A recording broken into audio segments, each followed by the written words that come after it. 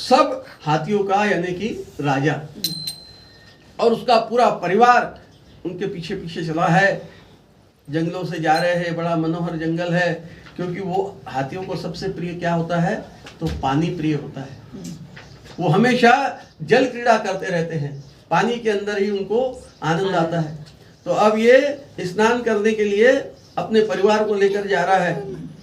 तो जंगल से जा रहे हैं, बड़ा सुंदर वातावरण है जंगल का और बहुत से फूल खिले उस जंगल में, मनोहर दृश्य है। और वो जब तालाब के पास पहुंचते हैं तो तालाब में भी बहुत निर्मल जल और बहता हुआ पानी जा रहा है खूब, और सारे हाथी अपने राजा के पीछे धीरे धीरे करके एक एक करके उस जल के यानी कि उस तालाब के भीतर जा रहे हैं अंदर, और जाकर और खूब जल क्रीड़ा कर रहे हैं, मस्त आनंद ले रहे हैं। मगर क्या होता है कि उसी तालाब के अंदर एक मगर यानी कि ग्राह वो भी रहता है, और जो जीव जहाँ पर निवास करता है हमेशा वो वहाँ पर सबसे ज्यादा ताकतवर हो जाता है।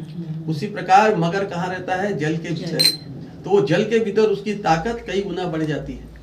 और हाथी कहाँ रहता है, जमीन पर, जंगल में रहता है, बाहर रहता है। तो जब वो पानी में गया है तो उनका बल काम नहीं आता फिर, और जल क्रीड़ा करते करते क्या होता है, समय देखकर बिल्कुल उस ग्राह ने उस गजेंद्र का पैर अपने मुंह से पकड़ लिया है। और जैसे ही पैर पकड़ा है वैसे ही गजेंद्र ने बहुत छटपटाया है, खूब अपना पैर छुड़ाने की कोशिश की है। और जब उससे नहीं छुड़ाया गया पैर तो उसने उसके साथ जो परिवार थे अन्य हाथी उनको भी उन्होंने कहा कि आप पूंछ पकड़कर मेरी खींचिए बाहर। तो सब ने उसकी पूंछ पकड़कर, पूरे हाथियों ने खींचा है। लेकिन कहते हैं कि जो मगर है उसका जो ताकत है वो कई गुना बढ़ जाती है पानी के अंदर। तो उसने कई उसके साथियों ने खींचा उस मगर को, गजेंद्र को, लेकिन उसको बाहर नहीं निकाल सके। और इस प्रकार से सबने हिम्मत हार लिया, उसको छोड़ दिया वहीं पर। और वो अकेला जो गजेंद्र था वो अब मगर से लड़ रहा है जान बचाने के लिए। लेकिन उसने भी देख लिया, खूब ताकत लगाया, सब कुछ लगाया, लेकिन अपने आप को उसके छुड़ा नहीं सका है। और जब उसने देख लिया और मगर ने उसको घसीटते घसीटते एकदम गहरे पानी में लेकर आ गया है, और एकदम मुंह तक पानी आ गया है हाथी के। तो अब उसने देख लिया कि यहाँ मेरा बल काम नहीं आ रहा है और ये मगर मेरे जान अवश्य ले लेगा। तो अब उसे क्या होता है, कहते हैं ना कि अंतिम समय में ही भगवान का नाम याद आता है सबको। जब संकट आता है, संकट में ही भगवान का नाम याद आता है, और वो याद आना भी बहुत बड़ी अच्छी बात है। वो भी आए चीजें ने भी है। हाँ, तो उसने देख लिया कि अब मेरे प्राण जाने वाले हैं, मुझे कोई नहीं बचाने वाला है। तो उसको एकदम याद आ गई कि अब प्रभु को याद करना चाहिए, क्योंकि भगवान अपने भक्तों को बचा लेते हैं। तो आज गजेंद्र ने अपनी अंतरात्मा से भगवान को याद किया है और उस तालाब में से एक कमल का फूल तोड़कर अपने सूंड से ऐसा ऊपर किया है कि भगवान को वो फूल चढ़ा रहा है। और इस प्रकार से नारायण का नाम लिया है, वहाँ हरि भगवान का नाम लिया है। तो एकदम से अंतरात्मा से आवाज से जो निकली है वो भगवान तक पहुंची है। भगवान ने जैसी आवाज सुनी है, करुण आवाज गजेंद्र की, तो भगवान तुरंत अपने वाहन गरुड़ पर सवार होकर और तुरंत वहां पहुंचते जहां गज और ग्राह का युद्ध चल रहा होता है। भगवान ने देखा कि वो जो ग्राह है वो एकदम उसको घसीटते हुए ले जा रहा है, अब बचने की उसकी कोई उम्मीद नहीं है। तुरंत भगवान ने अपने सुदर्शन चक्र को आज्ञा दी, सुदर्शन चक्र से जाकर उस ग्राह का एक प्रकार से शीश काट दिया है। और इस प्रकार से अपने भक्त उस गजेंद्र का भगवान ने रक्षा की है।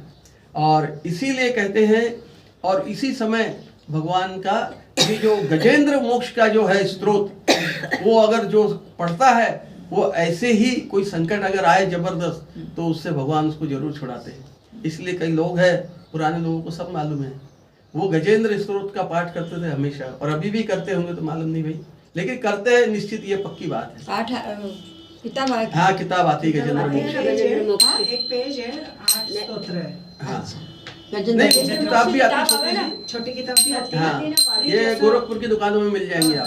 गोरखपुर की दुकान है ना, वहाँ मिलती है। लेके आई थी मैंने, किसी से मंगाया था तो मैं लेके गई थी उनके लिए। उनसे कहना भी गजेंद्र स्तोत्र की किताब, जैसे हनुमान चालीसा आती है छोटी सी, वैसी छोटी आती है, गजेंद्र मोक्ष करके नाम है। हाँ, अगर उसका पाठ जो करता है, चाहे वो कितने भी विपत्ति में क्यों न हो, बिल्कुल मन से उसका पाठ करिए आप, जरूर आपको चमत्कार मिलेगा।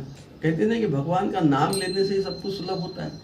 आप नाम ही नहीं लोगे, उसको याद ही नहीं करोगे तो कहाँ से होगा। अगर गजेंद्र भी भगवान को आखिर में याद नहीं करता तो उसकी जीवन लीला समाप्त हो जाती, क्योंकि उसने हर प्रयत्न कर लिया था, उसके साथियों ने तक प्रयत्न कर लिए, लेकिन किसी के प्रयत्न काम नहीं आए। आखिर भगवान को याद किया तब भगवान ने आकर उसे बचाया। इसीलिए कहते हैं कि भगवान को हमेशा याद करते रहना चाहिए। तो ये गजेंद्र मोक्ष का आपने आज यहाँ पर अध्याय सुना, और जिस तरह प्रार्थना हम भी करते हैं कि भाई जिस तरह गजेंद्र की उन्होंने जान बचाई, उसी तरह हम सब प्राणियों की भी भगवान संकट में प्राण बचाए, और उसको हमेशा आप याद करते रहिए। भगवान आपको भी बिल्कुल अभय प्रदान करेगा। तो इस प्रकार से आज यहाँ पर हमने गज और ग्रह की कथा सुनी है। इसके पश्चात अब आता है समुद्र मंथन की कथा। समुद्र मंथन इस प्रकार से बहुत ही सुंदर कथा है ये भी। तो इस कथा की ओर हम बढ़ेंगे आगे। और क्या होता है कि एक बार की बात है,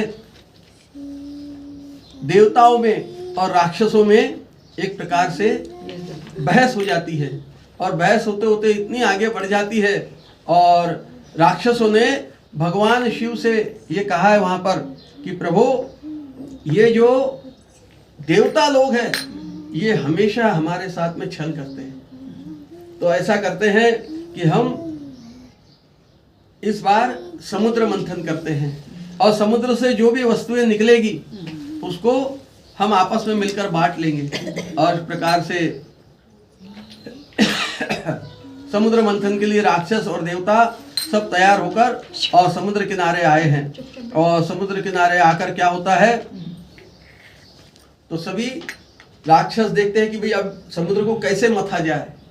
तो समुद्र मथले के लिए जो सर्प होता है उसकी भगवान ने एक प्रकार से रस्सी अपने आप को बना लिया सर्प की, और कच्छप रूप धारण करके और उस नाग को उसमें लपेट दिया है। किसको, किसका रूप थे? मंदराचल पर्वत को मंदराचल रूप तो उसको ले लिया उन्होंने, भगवान ने कच्छप रूप बना के अच्छा उसको अपने यानी इतनी बड़ी पीठ बना दिया उन्होंने। अच्छा हाँ, और उसको रस्सी लपेट ली नाग की, वासुकी नाग की। और एक तरफ हो गए देवता और एक तरफ हो गए राक्षस। और इस प्रकार से अब वो उद्योग उनका चालू हो गया समुद्र मंथन। समुद्र मथा है भगवान ने। तो समुद्र मथते मथते तो सबसे पहले क्या निकला है समुद्र से? तो समुद्र से सबसे पहले निकली है एक प्रकार से विष निकला है, हलाहल विष। और हलाहल विष निकला है तो अब ये हलाहल विष जो है वो अपना प्रभाव बता रहा है। वो सारे सृष्टि को एक प्रकार से जलाने के लिए तत्पर था, क्योंकि जहर से कोई बच नहीं सकता। तो आज हलाहल वृक्ष जब वो निकला है विष, और इस प्रकार से हलाहल विष जब निकला है तो सारे लोग उसकी गर्मी से एक प्रकार से जलने लगे हैं। सारे राक्षस क्या ये सब काले काले होने लगे। तब क्या किया है, सबने जाकर, देवताओं ने जाकर अब भगवान शिव जी से प्रार्थना की है कि हे प्रभु, ये जो हलाहल विष निकला है और इस हलाहल विष से आप हमको बचाइए और इस सृष्टि को भी बचाइए। तो इस प्रकार से क्या होता है, भगवान शिव ने, हमने पहले बताया कि भगवान जो शिव है वो सारे जगत की भलाई के लिए ही हर काम करते हैं। तो भगवान ने देख लिया कि जगत संकट में है, तो भगवान शिव तुरंत तैयार हो गए और वहां गए हैं। तो उन्होंने जाकर और उस हलाहल विष को आमंत्रण दिया है और उसे अपने अंजलि में भरकर और उसे पी लिया है। और पिया, लेकिन उसको अंदर नहीं लिया है, उसको कंठ में जमा कर लिया है। और एकदम से उस जहर से, हलाहल विष से भगवान शिव का कंठ नीला पड़ गया है। तब से भगवान शंकर जी को एक नया नाम मिला, वो है नीलकंठेश्वर महादेव। बोलिए नीलकंठेश्वर महादेव की। इस प्रकार से भगवान ने वो हलाहल विष पीकर और देवताओं की, राक्षसों की और सारे संसार की रक्षा की, क्योंकि भगवान शिव के भक्त राक्षस भी है और देवता भी है। सभी भगवान शिव को मानते हैं, इसीलिए उनका पद सबसे बड़ा है। भगवान विष्णु सिर्फ देवताओं के प्रभु है, ब्रह्मा जी देवताओं के प्रभु है, लेकिन शिव जी ही एक ऐसे देवता है जिनको राक्षस भी पूजते हैं और देवता भी पूजते हैं। तो आज भगवान शिव ने जगत भलाई के लिए उस हलाहल विष को और ग्रहण कर लिया है। और इस प्रकार से दोनों ने मिलकर अब फिर से अपना उद्योग प्रारंभ किया है और सभी ने मिलकर आज जो भगवान ने रक्षा की है सभी की, उस पर एक शिव जी का भजन गाएंगे भाई। इसमें से आप भजन निकाल लीजिए, एक शिव जी का है। मैं बताऊं? किस है भजन? दिखाओ, मैं बताऊं। मेरे थाने नहीं समझे, जो समझे नहीं वो नहीं काम करना। बंद कर दो बेटा, तू बंद एक कर। दिन वो बोले भंडारी, हे बोळ्या शंकरा